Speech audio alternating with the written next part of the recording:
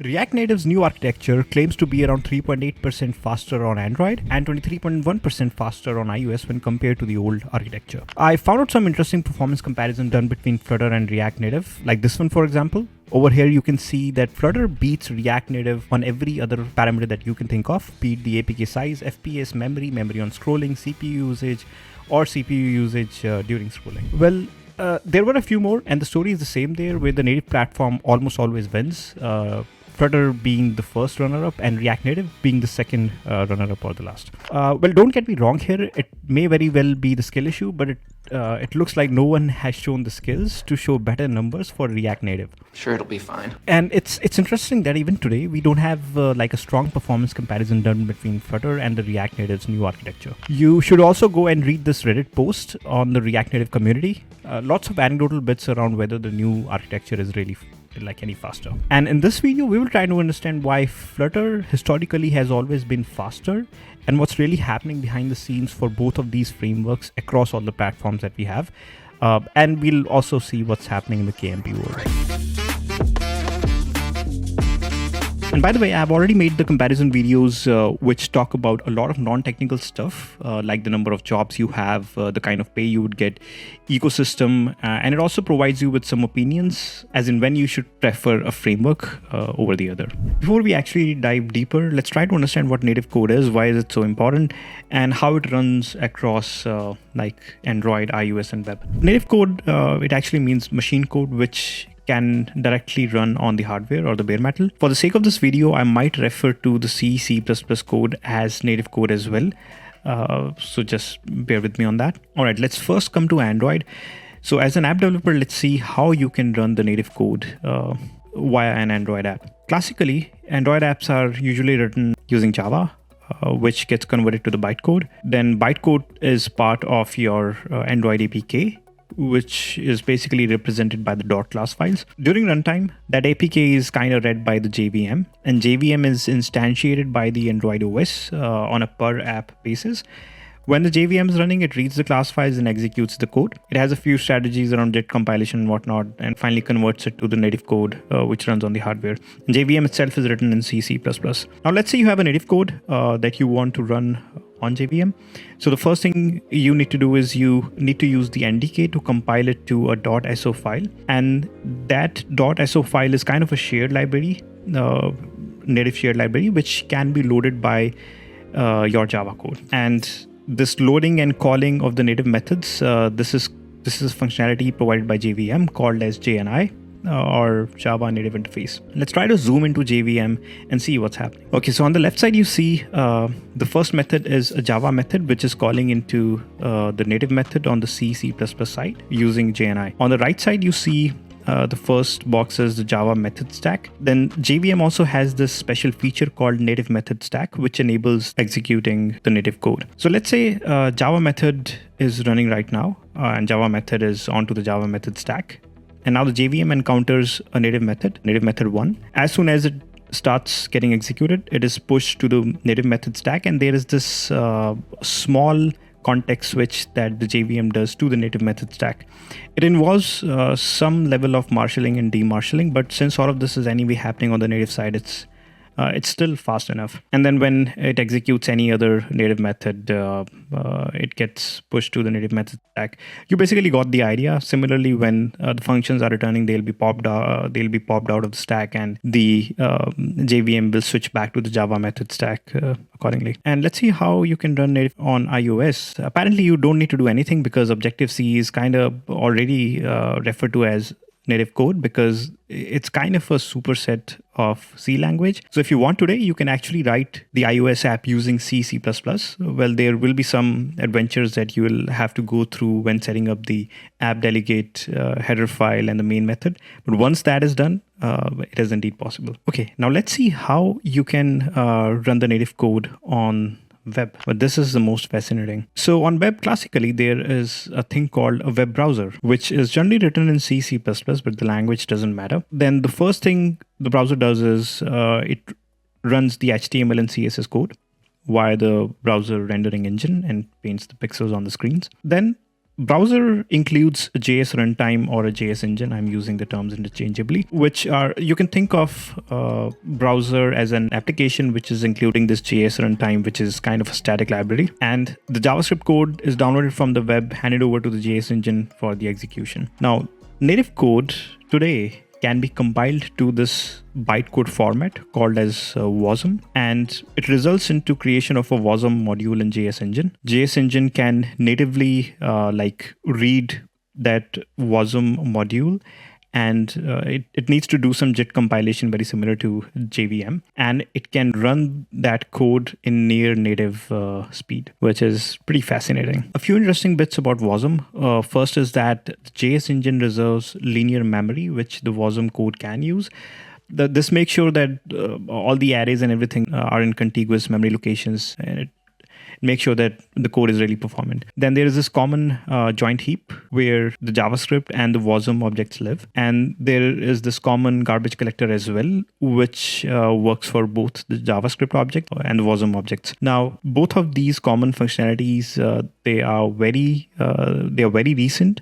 I think almost like 9 or 10 months back. And since the advent of these, even the languages which were historically compiled and they rely heavily on a garbage collector like Kotlin, even they can compile to Wasm after having this common garbage collector thing. And of course, JS Runtime also provides APIs which your JavaScript code can call either into the browser or let's say to hook into the browser rendering engine for DOM manipulation and whatnot. Let's try to zoom into the JS Runtime a bit. So one thing I should mention is that you can actually interop between the JavaScript and Wasm. It's pretty straightforward using this concept called export and import functions. Here are a few articles and like YouTube videos. Just feel to go through those. Really interesting, and maybe try to do some code lab if you can. Let's quickly switch gears a little and try to take a look at this concept called JSI. So JSI is known as a JavaScript interface. It is actually an interface, as the name says. And let me show you. I was actually trying to go through React Native, like bits of the React Native code and see what's happening behind the scenes. So this is the JSI header file, which is a C++ header file. Purely, it's an interface which needs to be implemented by the JS engine if they want to support like the new architecture of React Native. Now, if you talk about the JS engines, one is Hermes, which is used by React Native on Android. Hermes, this JSI right now, it is implemented by Hermes by default, and it provides all the functionality. Now, V8 engine, it doesn't implement the JSI. Hence, it means that it needs an adapter if someone was to use it. Interestingly, Microsoft actually has built an adapter for like a JSI adapter for the V8 engine. And then there is this other engine called JSC or JavaScript Core, which is again used by React Native on iOS. That engine is already like pre-built into iOS. And even that needs an adapter, which I guess is shipped along with the React Native app. I couldn't really find a lot of information on the web. I probably need to talk to someone from the React Native team. But this is what I feel might be happening. So JSI, why does it exist? Like forgetting the React Native part for now, what it is really doing at the end of the day is it's providing a way for the JavaScript to hold a reference to the C++ object so that the methods can be called directly without the needing of any bridge or any asynchronous mechanism there. And at the heart of it, this is what it looks like. So you see this on the C++ time, it gets this runtime.global, then injects a property named host function. And on the JavaScript side, in the global namespace, the host function is present and you can start calling methods, start calling this method directly. And here comes the really super fun part. Now, while I was reading about all of this, I was wondering that why do we even need JSI today? Since we have Wasm, which can interop with JavaScript. So hear me out.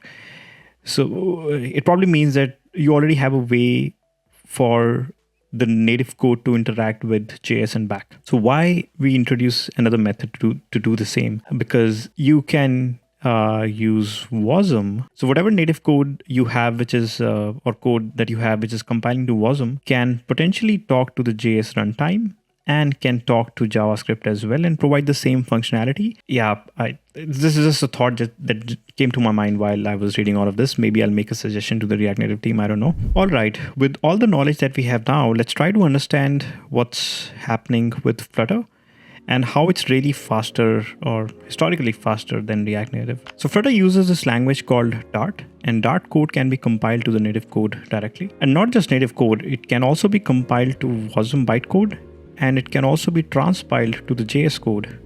And this opens a lot of possibilities for Dart and Flutter. Let's take a look at the Flutter Android first. Very similar to what we saw earlier. The only difference here is that Dart code can be compiled using Dart and NDK to the .so files as expected by the JVM. Flutter engine is also natively compiled. I believe it's written in C and C++. Then we also have Dart runtime as part of this code, because you need standard library to really have a full-fledged Dart code. Now, Flutter provides a very nice way to do this cross-platform communication, which is effectively a wrapper over JNI, but there's a lot of fun stuff there. So what I did is I pulled the Flutter code as well. I was trying to trace down what happens when you call a platform channel in the Dart code. All right, so when you call platform channel from your Dart code, this is the method that is executed on the platform dispatcher.dart, which is actually part of the Flutter library, which eventually calls this method, which has this interesting annotation. So this is a way for the Dart code to actually call into C++ code. And this concept is called FFI, or foreign function interface. Eventually goes to Dart UI.cc, which eventually lands in the C++ code, which is platform configuration.cc. And interestingly, it is still part of the Flutter library. It further goes to UI.state, I believe. And UI.state is the eventual class which is doing the routing. So it gets the platform handler. Like for iOS, it'll be a different one. For Android, it'll be a different one. In the Android case, it finally calls this method, JNI facade .flutter view handle platform message. So you see what's happening? It is eventually calling the JNI. And if you remember what JNI is, it's a way for the native code to communicate to Java and vice versa. So this eventually calls into the Flutter JNI.java, and Flutter JNI.java, it already maintains a map of the channel name to the channel class, so that it can call the right callback based on the name received here. And that's how it actually works end to end. And for the reverse communication, all of that happens asynchronously. It triggers a new method which goes back. If we go one class back, we'll also see that before calling the Java side, it's actually storing the response object. I think it stores the callback itself in a table based on the ID, because it has to do that so that when the asynchronous call for the response happens, it can trigger the right callback to the Dart on the Dart side. Which brings me to the two primary things that should stick in your mind with this. First is that this communication is as fast as the JNI itself, because it's not doing a lot of things extra. It is, but since all of that is happening inside the native code, it's still very fast. Then the second part, the most important part of this video, is that this cross-platform communication is not happening in the hot flow in the case of Flutter. When I say hot flow, what I mean is whenever there is a new frame on the UI, or whenever the user is touching the screen and something is changing. And why is it so important for me to mention it? Because in the React Native case, it's a little different, and that's the reason Flutter is very fast. Now let's take a look at what happens in the case of Flutter iOS. Things are very similar. The only difference here is that we don't have a JVM. Instead, we have an iOS application, and the native code that you have written as app developer, Objective-C or Swift, it goes to the iOS code or whatever, like a separate framework file. And the Dart code either you have written or is part of Flutter or the Dart SDK, it also goes into its own framework file. There might be multiple framework files, but that's not very relevant for this video. And of course, there's this Flutter engine as well, and the Dart runtime, which are basically the libraries. And more or less, it remains the same. If we try to look at the code though, there is one interesting difference here. So you remember UI.state is the one which forwards the call to the handler.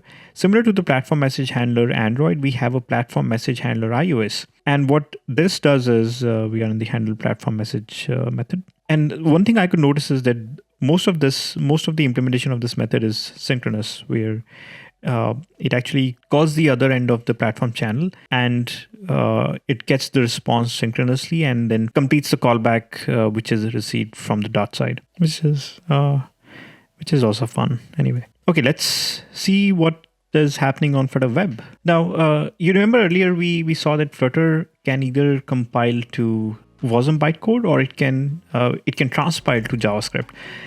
So by default, Wasm is disabled, I guess. So by default, if you use Flutter Web, everything will happen. Everything will be compiled to the JavaScript.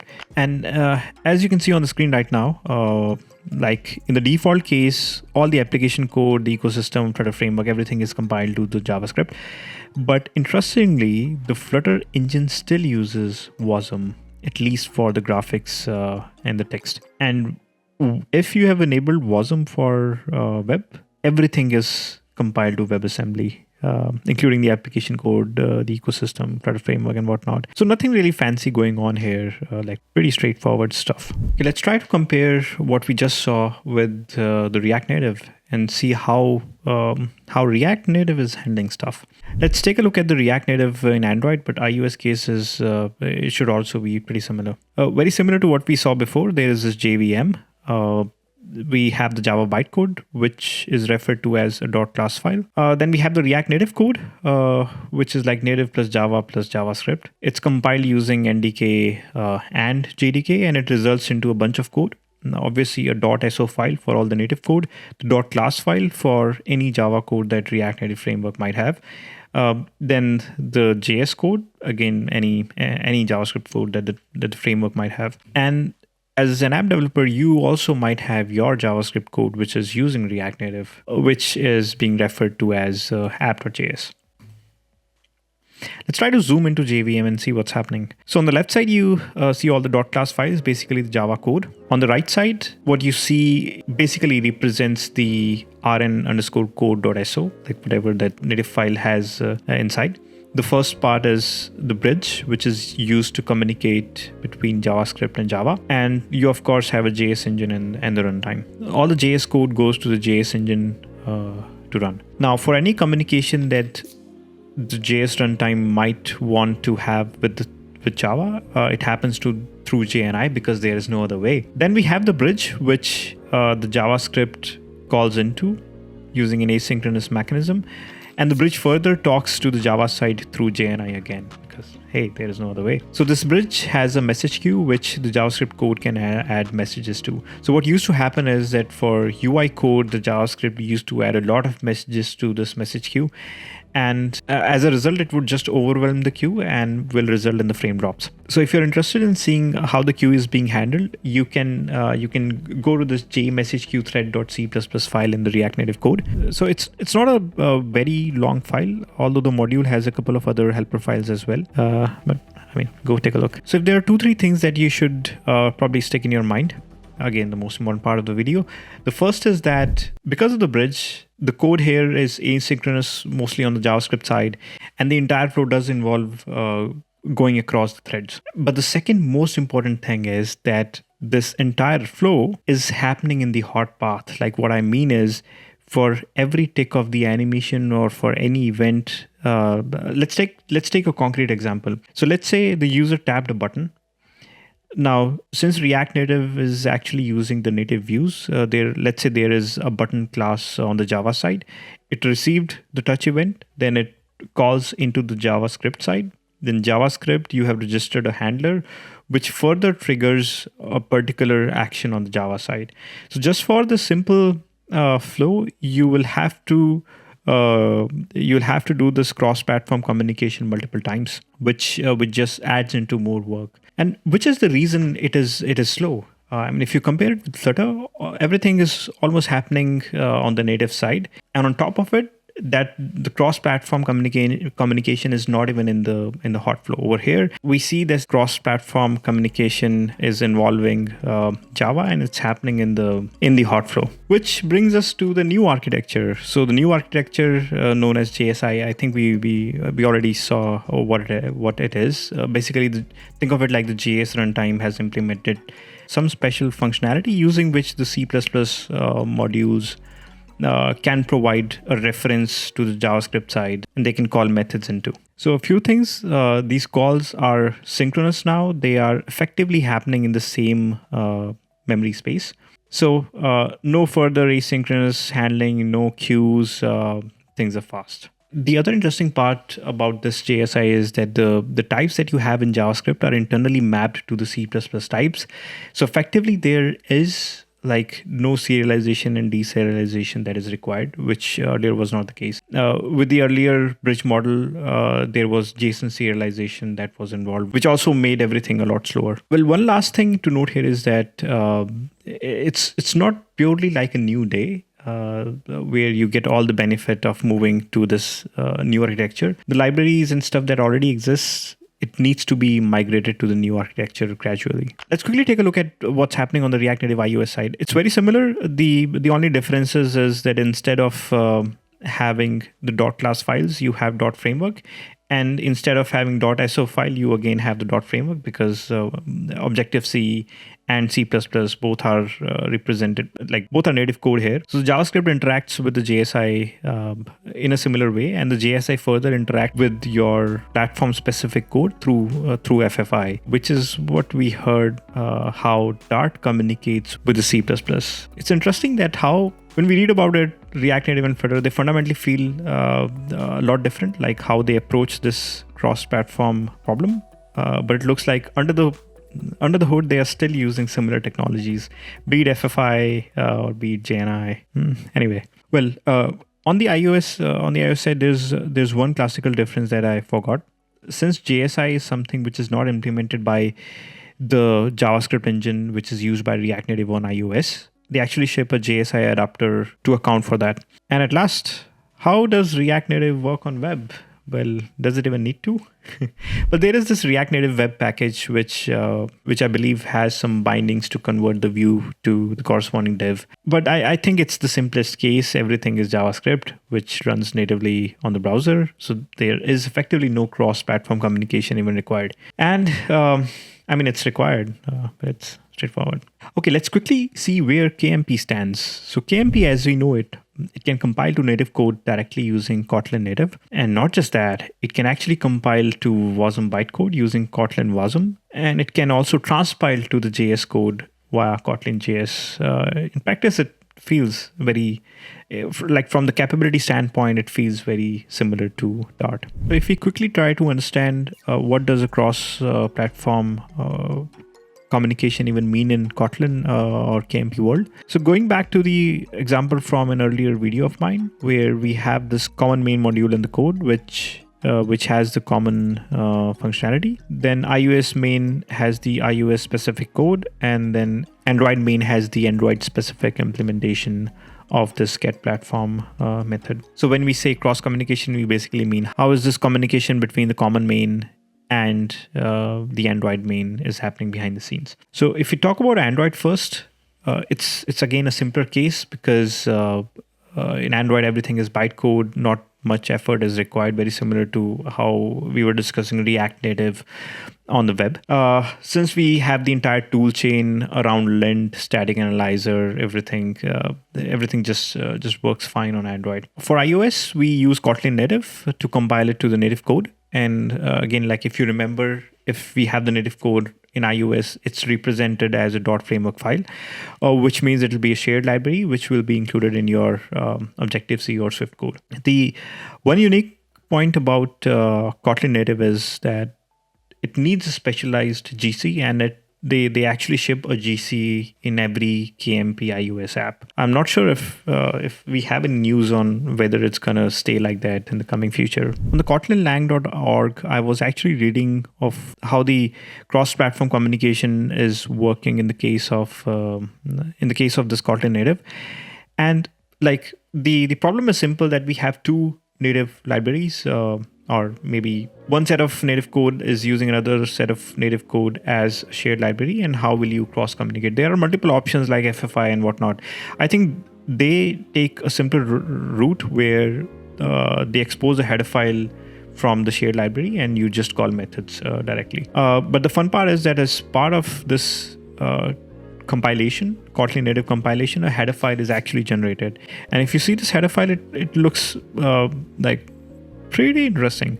For every type that is defined in the C++, a counterpart type def in Kotlin. So all these links are in the description below. Feel free to check those out. Not a lot of fancy things happening here since the compilation is anyway happening to native. If you talk about web, then again we have two options. One is transpiling to JavaScript via Kotlin JS, or transpiling to Kotlin Wasm. Well, as they say that Kotlin Wasm is generally like 2 to 3 times faster than Kotlin JS. Since the UI toolkit used in this case is like, if you want to use it, it is Compose Multi Platform, which I believe anyway uses Wasm. So even if you use Kotlin JS, you are still using some parts of Kotlin Wasm. I'm not 100% sure, like don't quote me on that. But you got the gist. I mean, even if you don't want to use the UI toolkit, you can still use Kotlin JS and still be able to do whatever JavaScript can do. All right, folks, this was one hell of a ride. I mean, right now it's almost 2 a.m. and I really wanted to finish this video because it's the research has been going on for so long, almost like a month, it feels. Anyway, so the performance comparison is still pending. Well, no worries, I'm here. I'm going to do it because no one else has done it, at least with the new architecture. And I'm glad that I found this Flutter React Native performance benchmarks, which uses the React Native old architecture. I'm probably just going to build on top of it, like make sure that there is an app which uses React Native in the best possible way using the new architecture. Let's see how that macro benchmarking go. Again, this video required a lot of research and also talking to a lot of people on Discord communities and whatnot. And I have like tried to add all the references that I used, either like YouTube videos or blog posts, down in the description below. I mean, for all the enthusiasts, please feel free to go through those. And what you saw in this video is almost like a premium information. Like you won't see this information compiled anywhere else on the internet. Just wanted to call that out. Hit that like button. Don't forget to subscribe to the channel if you haven't already. And I will see you in the next one. Hopefully it'll not take a lot of time for me to get those macro benchmarks. Thank you. Bye-bye.